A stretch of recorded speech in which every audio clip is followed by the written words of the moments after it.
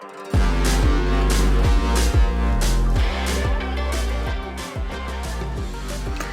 at this. My friend gave to me. It's called a clacker because it clacks. He gave it to me today just as a funny gift. But anyways, welcome back to Reading Your Bible in a Year. My name's Logan, and this year I'm reading through the entire Bible with you in hopes that we grow in our love of Christ together. Today we are talking about lessons from the lion's den, or in normal terms, just the story of Daniel 6. So to set the stage for you, Daniel is a man of God living in the time of the exiles of Babylon, which means that his people had been carried out of their home because they had lost this great war to Babylon, and he's now living in the exiles. Well, he's worked his way up and is an administrator over part of the kingdom. In fact, at the beginning of Daniel 6, we see that the king separated the kingdom into 120 parts, and Daniel was actually in charge of ruling the administrators of all these different sections. So he was one of the top few people in the entire kingdom. Yet, this caused some enemies for Daniel because he was excelling at his job, and he was very good at what he did. Now, the first lesson that I like to think about here when we look at the book of Daniel is that in Daniel 6, Daniel gets in trouble because of his faithfulness and following God.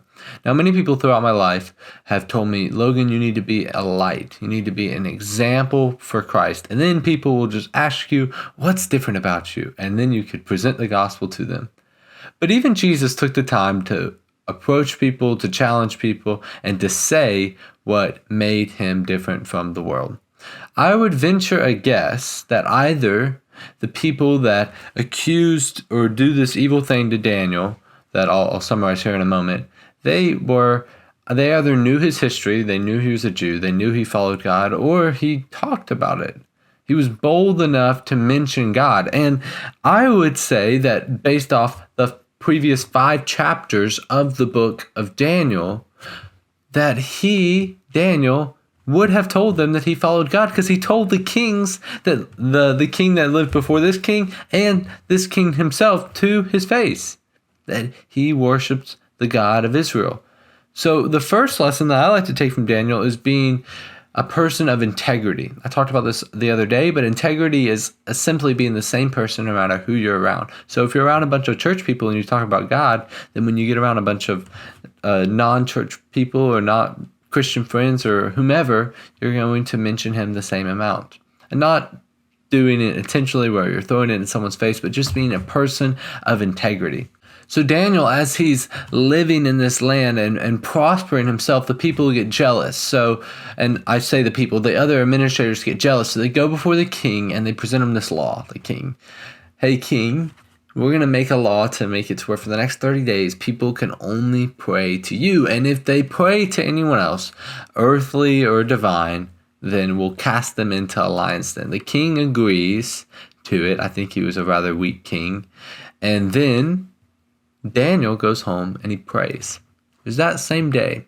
There wasn't any thought about him changing his daily routine to not be in reflection with God. And that's something that I admire about Daniel. Is he was truly a man of integrity. And it didn't matter what the law said, he was going to follow God. It's actually a fun point. The only time that we as Christians are legally allowed to break laws is those that impair us from following God.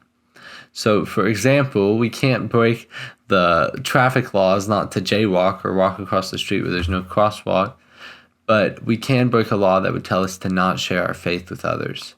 And so Daniel does just that. He breaks the law in a biblical manner by following God even when it became difficult. And finally, when Daniel was thrown into the lion's den for this, which I think could have been a very scary time, we see that God actually delivered Daniel from the lion's den. And now, throughout this story, Daniel hasn't done anything but live with integrity, be a man of honor, and be a man beyond reproach. But because of those qualities, it caused him to be thrown into a punishment that he did not deserve. Which, out of that punishment, we actually see Daniel become delivered, and then the king repents.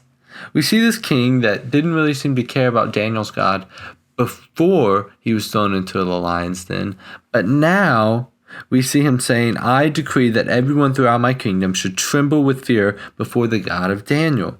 For he is the living God and will endure forever. His kingdom will never be destroyed, and he will never end. He rescues and saves people. He performs miraculous signs and wonders in heaven and on earth. And he rescued Daniel from the power of the lions. So I love this beautiful story that the third thing that we can take away is by being someone with integrity and walking with God throughout our lives, not being ashamed of that and sharing our faith with others, we can truly see even some of the most hard, stubborn hearts turn to the Lord.